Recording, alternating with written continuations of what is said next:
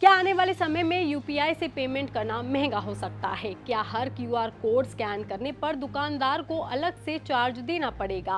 और अगर ऐसा हुआ तो क्या इसका असर आपकी जेब पर भी पड़ेगा? दरअसल इन दिनों यूपीआई ट्रांजैक्शन पर एमडीआर यानी कि मर्चेंट डिस्काउंट रेट लागू करने को लेकर के बहस तेज हो गई है। लेकिन आखिर ये एमडीआर है क्या? इसको लेकर के इतना विवाद क्यों हो रहा है? अगर इसे लागू किया गया तो सबसे ज्यादा असर इसका किस पर पड़ेगा और क्या इससे ग्राहकों को मिलने वाली छूट भी कम हो सकती है?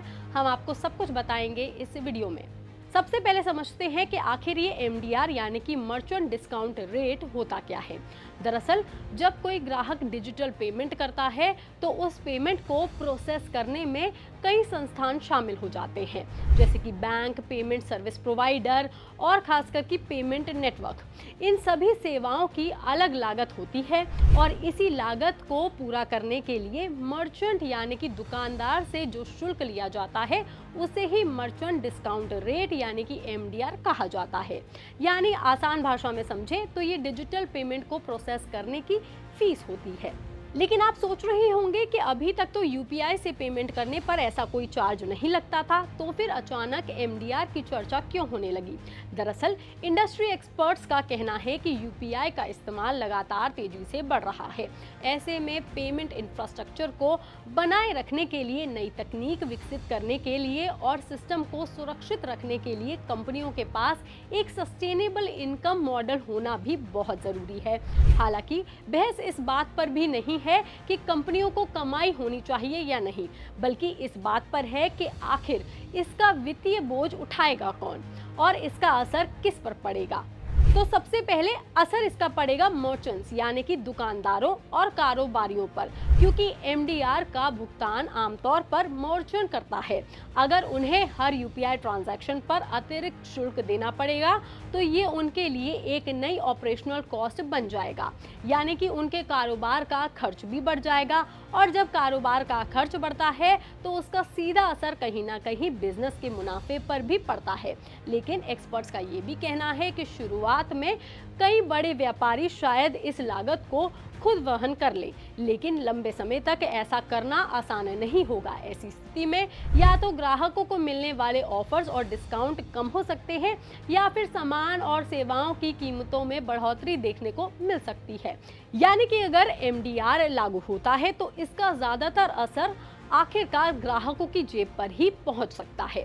लेकिन इसके असर से छोटे व्यापारियों, किराना दुकानों वाले, सब्जी विक्रेताओं और उन छोटे कारोबारियों को भी नुकसान जरूर होगा जिन्होंने पिछले कुछ सालों में डिजिटल पेमेंट को भी तेजी से अपनाया है। इन कारोबारियों के यहाँ अक्सर छोटे छोटे अमाउंट्स के ट्रांजैक्शन होते रहते हैं। ऐसे में एमडीआर की मामूली दर भी उनके मुनाफे को प्रभावित कर सकती है और हो सकता है कि कुछ व्यापारी यूपीआई पेमेंट लेने से भी बचने लगे या फिर ना ले, और धीरे धीरे करके ये पूरे डिजिटल इकोसिस्टम में बदलाव कर सकता है।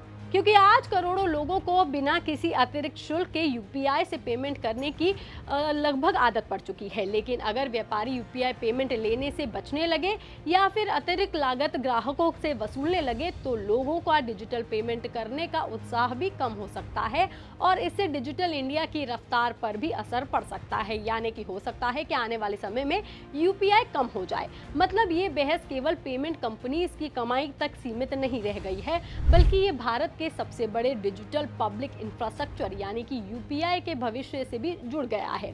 आज यूपीआई सिर्फ एक पेमेंट सिस्टम नहीं रह गया है, बल्कि ये देश की डिजिटल इकोनॉमी की मजबूत नींव भी बन चुका है।